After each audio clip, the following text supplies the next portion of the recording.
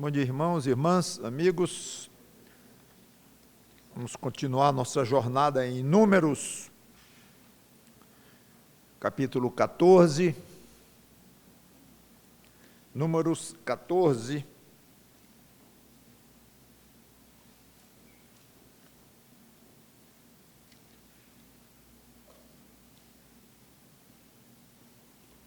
Temos dedicado já um bom número de pregações sobre a crise lá dos espias que foram verificar a terra prometida para voltarem e darem notícia, e 10 ficaram medrosos, assustados e acabaram se rebelando mesmo contra Deus, e 2, Josué e Caleb, ficaram ali firmes, fiéis.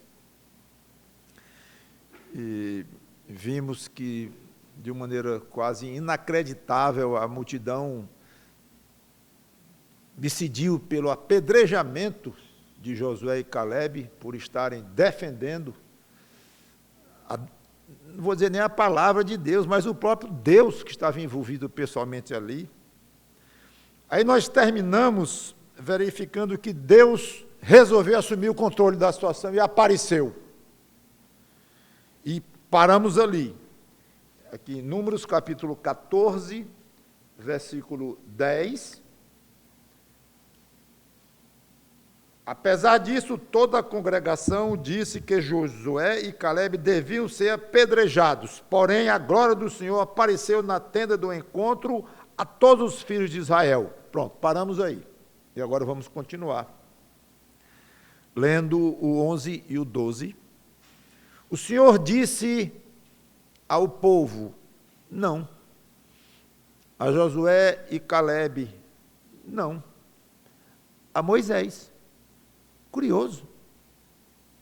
Moisés estava ali, assistindo, chocado, tinha acabado de cair, no versículo 5, Moisés e Arão caíram sobre o seu rosto diante da congregação dos filhos de Israel, impressionados com o que estavam vendo, mas ele estava assistindo ali, Moisés. Então Deus se dirige a Moisés. Até quando este povo me provocará? E até quando não crerá em mim, apesar de todos os sinais que fiz no meio dele?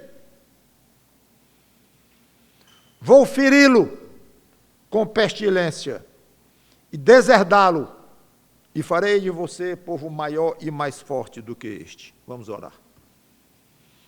Obrigado, Senhor Deus, pela Tua palavra, que o Teu Espírito Santo nos ajude a compreendê-la, aplicá-la para as nossas vidas hoje. É um privilégio muito grande ter o Teu ensino diretamente do Teu Espírito, nos mostrando nessa complexidade de vida hoje, que sempre foi de acordo com as épocas, com as variações, mas sempre foi muito complexo, muito difícil. E o diabo não é o Deus deste século somente agora, não.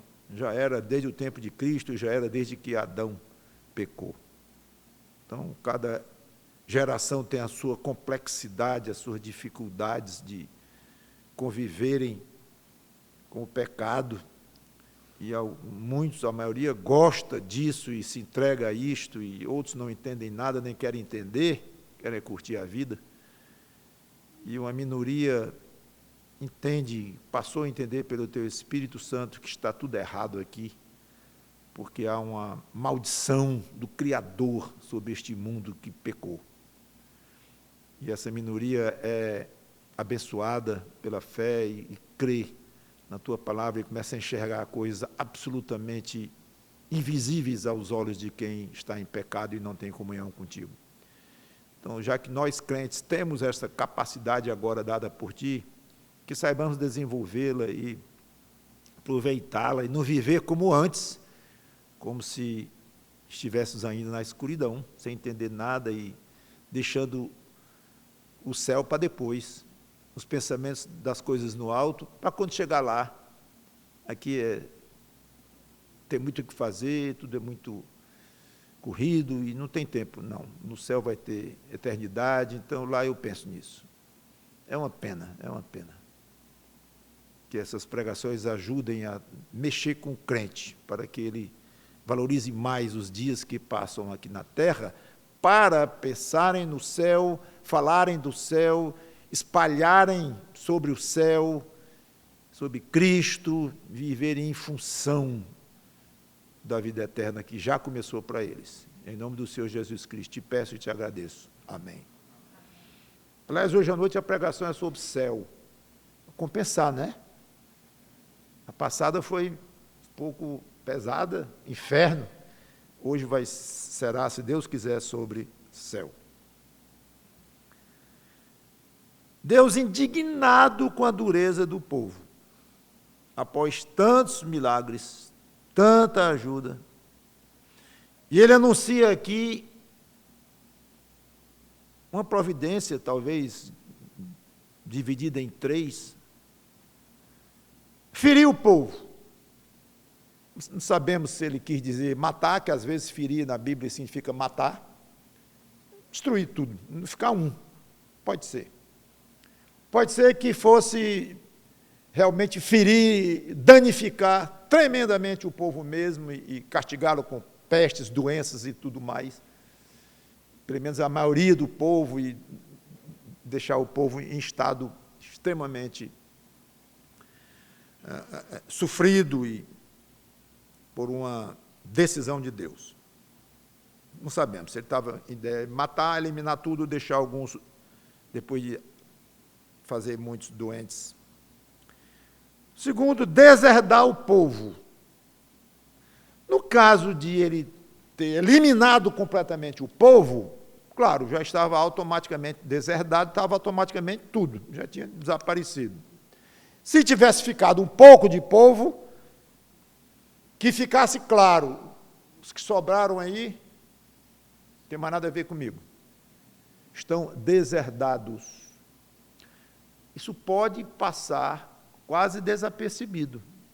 O pesado aqui é matar, ou então eliminar 90% por meio de peste.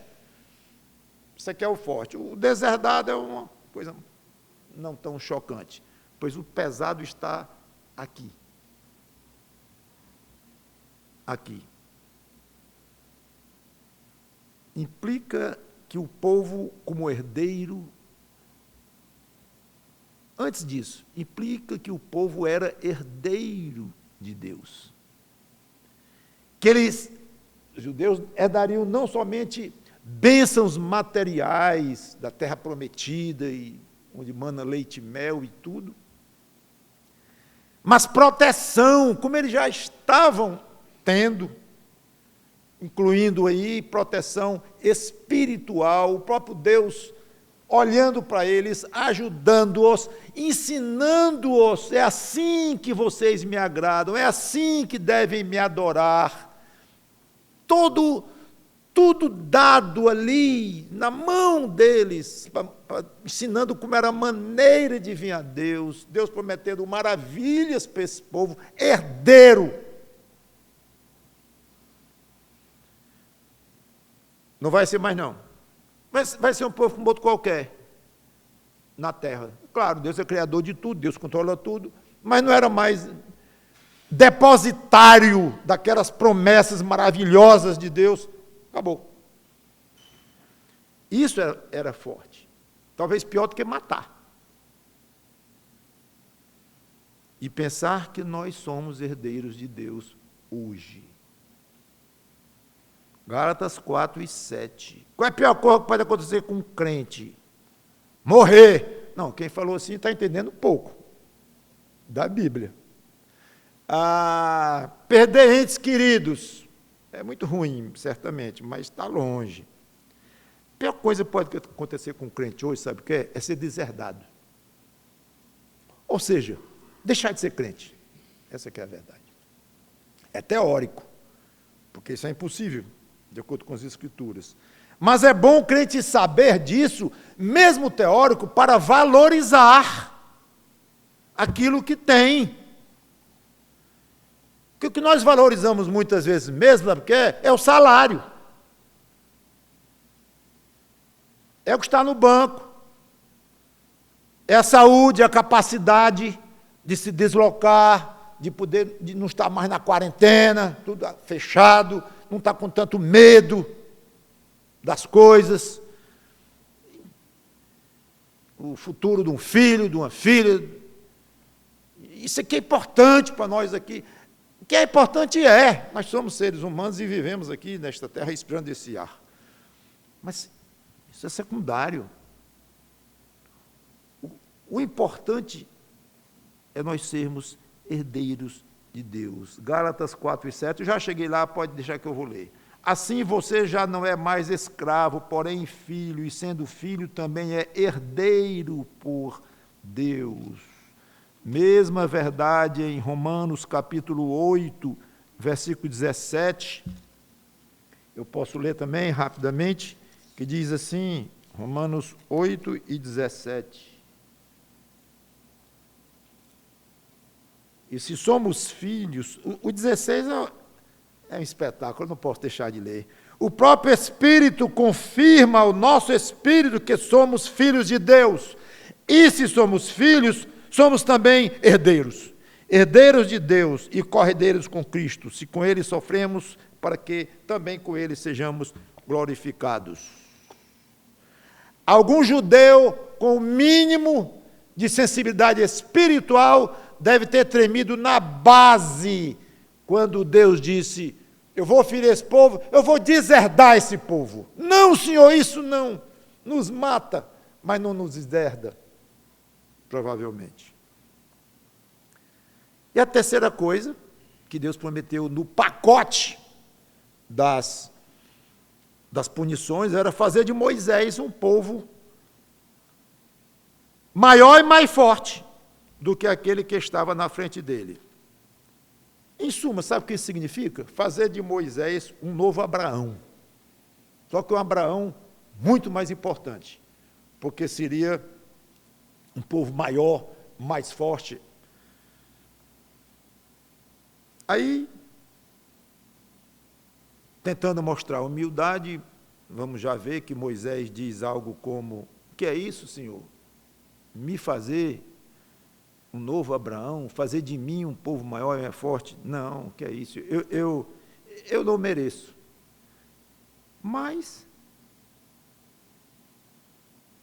já que é a tua vontade, vamos lá, estou pronto. Não é assim que um gigante espiritual reage, não. Versículo 13. Moisés respondeu ao Senhor, os egípcios não somente ouviram que, com o teu poder, fizeste esse povo sair do meio deles, mas também o disseram aos moradores desta terra. Eles ouviram que tu, ó Senhor, estás no meio deste povo, que face a face, ó Senhor, lhes aparece. Tua nuvem está sobre eles e vais adiante deles, numa coluna de nuvem de dia e numa coluna de fogo de noite. Ele está quase que dizendo, tu está esquecendo disso, Senhor. Ele está ensinando a Deus, como se fosse. Ou lembrando, se matares este povo de uma vez só, as nações que antes ouviram tua fama dirão, visto que o Senhor não conseguiu fazer este povo entrar na terra que ele prometeu, com juramento, matou-os no deserto. É impressionante a reação deste homem. Ele nem comentou a ideia de se tornar um novo e grande patriarca. Nem comentou. Ele não perde tempo. E ele começa a argumentar com Deus e interceder pelo povo. Antes mesmo de comentar a própria intercessão dele, veja, uma coisa interessantíssima. Não é a primeira vez que isso acontece. Um ano antes, mais ou menos, lá no deserto, ao pé do Monte Sinai, no caso do bezerro de ouro, Deus disse a Moisés, ele já tinha dito a Moisés uma vez, que iria destruir o povo e fazer dele, Moisés, um novo povo. Vamos recordar isso? Êxodo 32, versículos 9 e 10. Diz assim: o Senhor disse ainda a Moisés: tenho visto esse povo e eis que é povo teimoso. Agora, pois, deixe-me para que se acenda contra eles o meu furor e eu os consuma, e de você farei uma grande nação. Um ponto, vamos já ver o que Moisés disse aqui, mas observem. Um ponto comum com as duas intercessões de Moisés, um ano antes e agora, é que ele não defende o povo. Em momento nenhum ele procura mostrar a Deus que o povo não é assim tão ruim, não. Que o povo merece uma segunda chance, que Deus estava sendo muito rigoroso, que tinha pessoas boas no meio daquele povo e tal. Zero. O que Moisés fala as duas vezes é de uma maneira ardente, defendendo a reputação de Deus, do nome de Deus, não é o povo. Era Deus o problema na cabeça de Moisés. Vai dar errado se tu fizeres isso. Errado como, Moisés? Para ti. Como, Moisés? Aí é interessantíssimo. Na primeira vez, ele protege duas coisas de Deus. Vamos ver aqui então, estamos há um ano antes, né? Lá em 32, agora o versículo 11. Porém, Moisés suplicou ao Senhor, seu Deus, dizendo, quando Deus disse que ia destruir o povo: ó Senhor, por que se acende a tua ira contra o teu povo que tiraste da terra do Egito com grande poder e forte mão? Por que deixar que os egípcios digam, ele os tirou de lá com más intenções?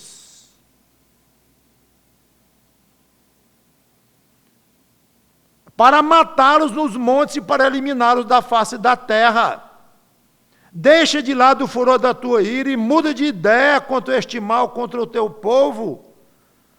Lembra-te de Abraão, de Isaque e de Israel, ou Jacó, teus servos, aos quais por ti mesmo juraste, dizendo, multiplicarei a descendência de vocês como as estrelas do céu, e toda esta terra de que tenho falado, eu a darei à sua descendência, para que a possua por herança eternamente. Então, o Senhor mudou de ideia. Noutra versão tem, o Senhor se arrependeu ao mal que ele tinha dito que traria sobre o povo. Duas coisas que Moisés protege de Deus. Primeiro, a honestidade. Eles vão dizer que tu és desonesto, mal intencionado. Ele já tirou com essa intenção. Não faça isso. Ele protege a honestidade de Deus. E segundo, a fidelidade de Deus. O próprio Deus havia jurado a Abraão, a Isaque, a Jacó, que eles seriam os patriarcas de um povo, que multiplicaria a descendência deles. Se Deus quebrasse o juramento, iriam falar que Deus não cumpriu a palavra dele, ele foi infiel. Agora, voltando a Números, capítulo 14, Moisés volta a defender o nome de Deus e com relação a outro atributo de Deus. Versículo 15. Se matares este povo de uma só vez, as nações que antes ouviram a tua fama dirão, visto que o Senhor não conseguiu, fraquinho, um Deus fraquinho, não é questão aqui de honestidade mais, nem de fidelidade mais, que ele tinha definido a primeira vez, agora ele já entra no terceiro atributo de Deus que ele quer defender. Não conseguiu fazer este povo entrar na terra que ele prometeu com juramento, matou-os no deserto. Não podendo, ele não conseguiu. Quer saber de uma coisa? Não dá, não. Eu pensei que eu iria dar essa terra para eles. Eu prometi aos patriarcas, mas não dá. Acho que a melhor maneira é eu arranjar aqui um motivo, eliminar logo tudinho, acabou, encerra o assunto. Melhor do que ficar evidente a minha falta de poder. E Moisés, não. Muito curioso. Agora Moisés passa para o pedido explícito, versículo 17 a 19. Agora, pois, peço que a força do meu Senhor se engrandeça. Ele cismou com o poder de Deus aqui, ele concentrou as palavras dele no poder de Deus. Vejam as palavras. Peço que a força do meu Senhor se engrandeça, como tens falado, dizendo, o Senhor é tardio em irar-se, rico em bondade.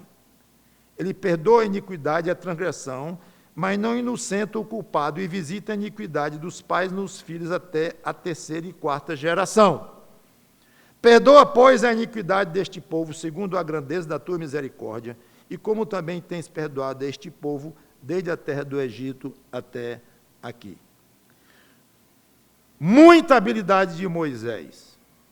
Agora ele fala na longanimidade de Deus e na misericórdia de Deus, para que perdoe ao povo. Aliás, continue perdoando, porque ele já vinha nesse exercício de perdoar já há um bocado de tempo com esse povo.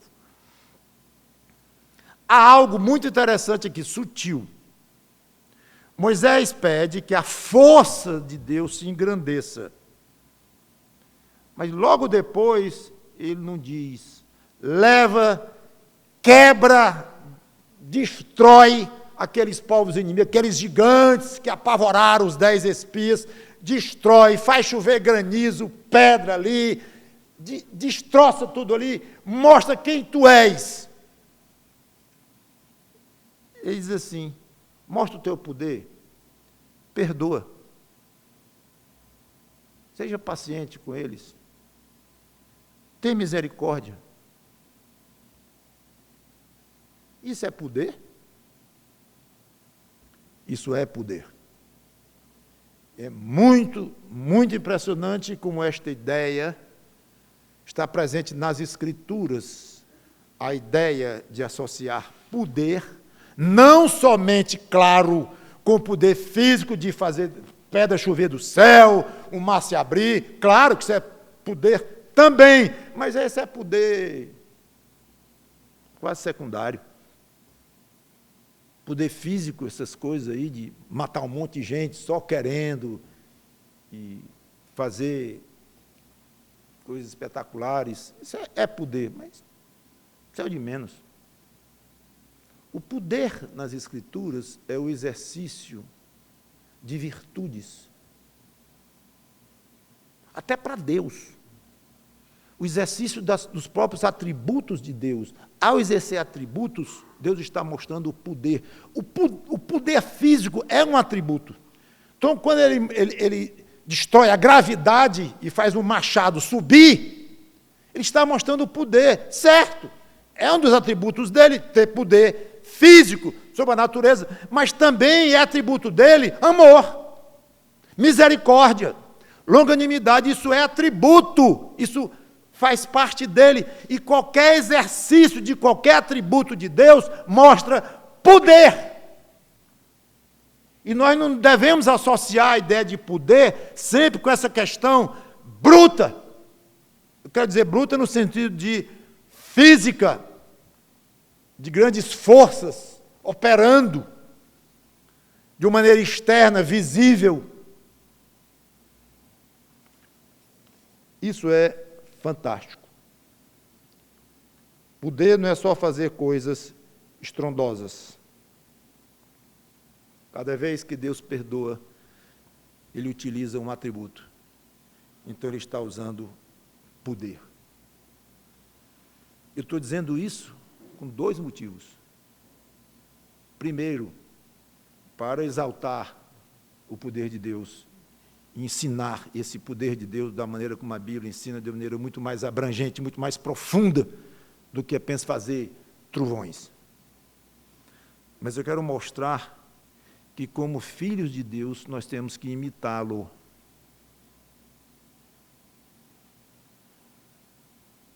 Como é que nós vamos exercer poder se nós somos herdeiros, filhos de Deus? Ganhamos a natureza de Cristo implantada em nós pelo Espírito Santo. Então eu também tenho poder. E eu quero algo desse poder. Tudo bem o crente desejar poder, ou algum tipo de poder, pelo fato de ser agora filho de Deus, do Deus Todo-Poderoso. Alguns mal informados, rasos, pensam logo em poder de fazer coisas diferentes. E isso impressiona multidões. Multidões. Que tem algum controle sobre a chuva e sobre isso, sobre aquilo. Outros ainda um tanto quanto mal informados, mas já começa a entrar um pouquinho no que é correto, em pensar em poder não somente em coisas físicas e tal, mas da natureza ao redor. Mas aí já pensa em poder sobre os seres humanos, em poder sobre alguma coisa que aconteça com a pessoa, que muda a saúde de uma pessoa, faz a pessoa ficar curada, faz a pessoa enxergar coisas, faz a pessoa ter visões e prever coisas. Aí acham que isso mostra que aquele crente agora tem poder, porque ele tornou-se filho de Deus, um Deus ultra poderoso, o Deus dos profetas, o Deus que anuncia as coisas. Então eu quero participar um pouquinho desse poder. Ora, Isaías teve esse poder, Jeremias e os profetas tiveram esse poder. Por que eu não posso ter também? Eu quero ter também. Bom, Deus deu a alguns esse poder, de fato, como aos profetas. No Novo Testamento, viam as pessoas, os dons de operarem milagres e de dizerem coisas que aconteciam, profecias corretas e tudo. Nós vimos isso. Aí até hoje se discute os cessacionistas ou não, né? Se continua ainda todo essa transmissão desse tipo de poder hoje, não, que ele já parou, línguas, curas e tal, parou, não parou, e fica essa discussão. Pessoalmente, eu creio que parou no sentido de que existia naquela época, e não parou no sentido de que Deus pode fazer qualquer coisa dessas aí, na hora que Ele quiser, com quem Ele quiser, da maneira que Ele quiser, sem dar satisfação a ninguém. Nesse aspecto, eu não creio que parou. Mas não é o que nós vemos rotineiramente no uso dos dons e no funcionamento de uma igreja, não é o que a gente vê naturalmente acontecendo. Então, nesse sentido, eu creio que parou, no outro, não. Mas estou, eu próprio, não muito preocupado com isto, pelo menos no nível em que me preocupa, sim. Qual é o uso ideal do poder que o crente tem agora em Cristo? Como é que ele deve usar esse poder? Porque se for fazer chover ou parar, é muito esquisito e não é o que está acontecendo, e Deus pode, mas não é muito o caso. Profetizar, curar pessoas, parece que Deus não está fazendo muito isso, e dá uma confusão danada também. Uns dizem que é, que não é, que é falso crente, que não é. Às vezes dá mais mal do que bem o resultado disso tudo. Mas quando Deus permite que um crente faça algo muito poderoso nesse sentido, amém, por isso é Deus que fez, então amém, tudo. Mas não tem um certo tipo de poder que o crente pode desejar de uma maneira aberta, livre, total, escancarada. Eu quero este tipo de poder e vou pedir, Senhor, para te honrar. Não tem, não. Só tem. Vamos a Colossenses 1:11. Não vai ensinar com muita clareza do que eu estou querendo dizer, mas razoavelmente mostra algo. Colossenses 1:11.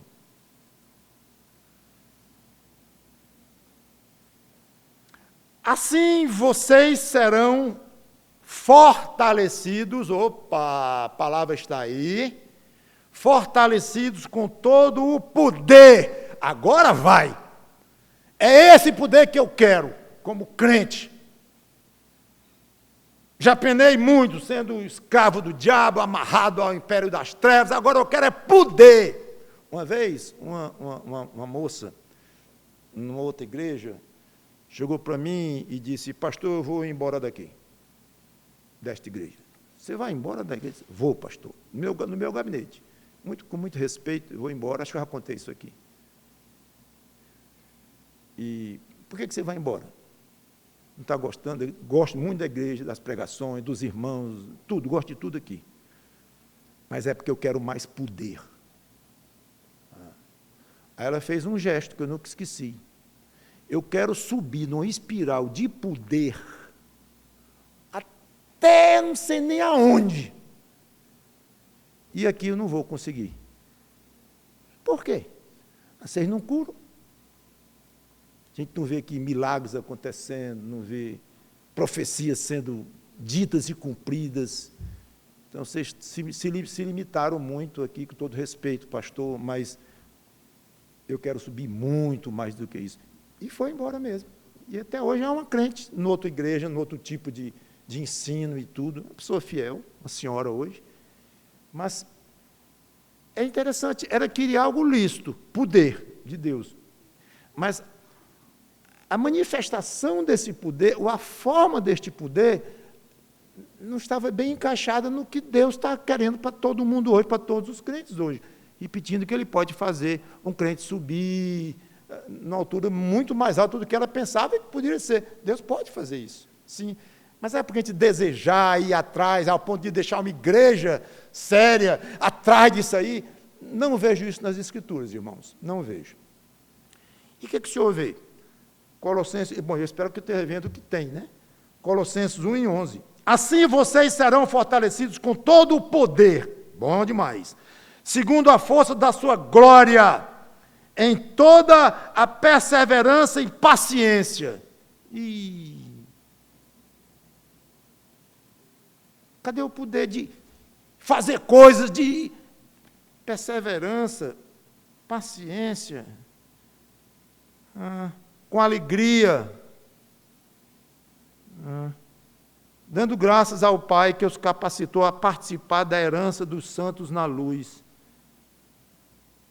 Mas, Paulo, cadê tanto poder que nós agora temos e que devemos praticar e tudo? Irmãos, essas palavras aqui são quase as mesmas de Números 14, 17 a 18, que eu acabei de ler da nossa história lá. As palavras: fortalecer, poder, longanimidade. As três palavras que Paulo usa aqui estão lá, com Moisés falando para Deus: cadê o teu poder? Exercita a tua glória. Faz todo mundo flutuar aqui para verem logo o teu poder físico, mas mais do que ele já tinha feito, não dava do que Deus tinha feito com esse povo, com as 10 pragas lá no Egito e tudo, não dava. Não era mais esse tipo de poder, não. Aquele tipo de poder não... No caso, não teve muito efeito. Não quer dizer que não é para ser, não é que não deveria ter sido feito, que Deus faz outras vezes, vai fazer muitas vezes, basta ver Apocalipse, e ver a forma com que Deus vai exercer fortemente esse poder físico, e aí é misturado com o espiritual, com tudo, com todas as forças que se possa imaginar. Deus ainda vai, ele não abriu mão, não, do exercício do poder dele físico. Não, e de força, eu não gosto de dizer força bruta, porque dá a ideia de que Deus é bruto, mas é força bruta, no sentido que é força pesada mesmo, é o uso de destruir, de chocar, de explodir, de tudo isso. Deus tem tudo isso. O uso dessas virtudes é o principal tipo de poder que o crente deve buscar. Você quer poder, você quer subir numa esfera, meu irmãozinho, crescente de poder, seja cada vez mais perdoador, seja cada vez mais paciente, seja cada vez mais longânimo. esse é o poder que o crente deve estar atrás. E esse é o poder que Moisés teve a sabedoria de pedir que o próprio Deus exercesse no meio de uma crise enorme.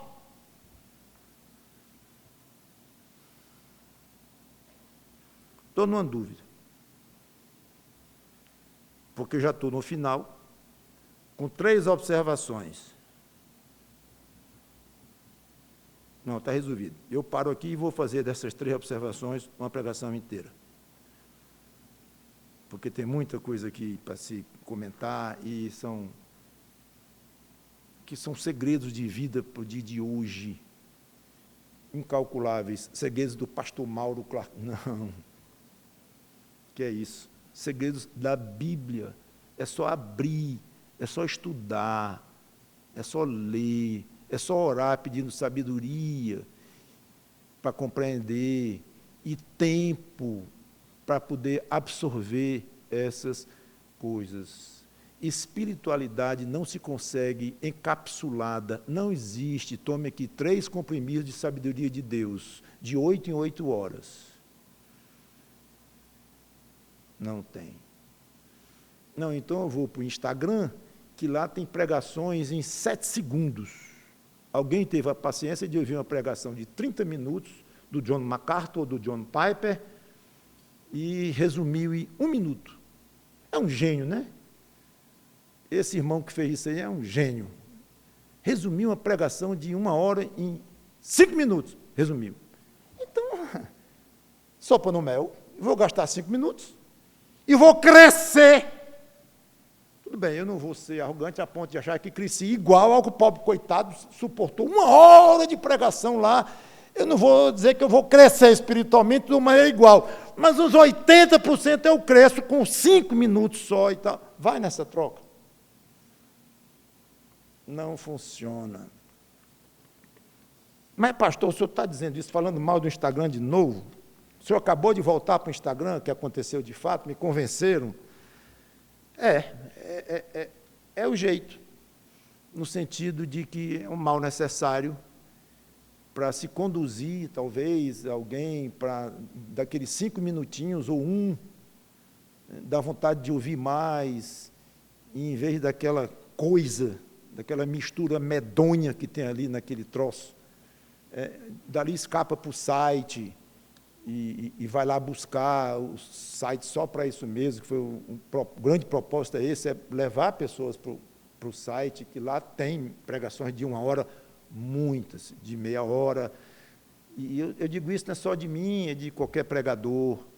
Então se acostume a ver uma pregação inteira desses 2 nomes que eu citei, e de muitos outros que estão aí pregando de uma maneira excelente, inglês, português, denominações A ou B ou C, tudo bem, mas mergulhe, meu irmão, minha irmã, tire meia hora, tire 45 minutos, tire 60 minutos para ouvir. Cada filminho que você vê são 4 pregações de meia hora cada uma. 4. E a pregação é 5 minutos, o filme é 2 horas. Não dá, é uma inversão de valores absolutamente triste, que vai dar em prejuízo espiritual para vocês. Ok? Vamos orar. Obrigado, Senhor Deus, pela Tua palavra, que o Teu Espírito Santo tenha misericórdia da nossa pequenez espiritual e nos dê vontade de crescer numa espiral crescente de sabedoria e de uso de poder, mas o poder, esse que a Bíblia diz abertamente para procurarmos e praticarmos, poder de perdoar, de ter misericórdia, compaixão, paciência e tudo mais. E se tu quiseres que nós tenhamos poder de mandar uma montanha sair do lugar, tudo bem, faça em nós esse poder, mas não é isso que vai nos direcionar nos nossos anseios de crescimento espiritual. Em nome do Senhor Jesus Cristo, te pedimos e te agradecemos. Amém.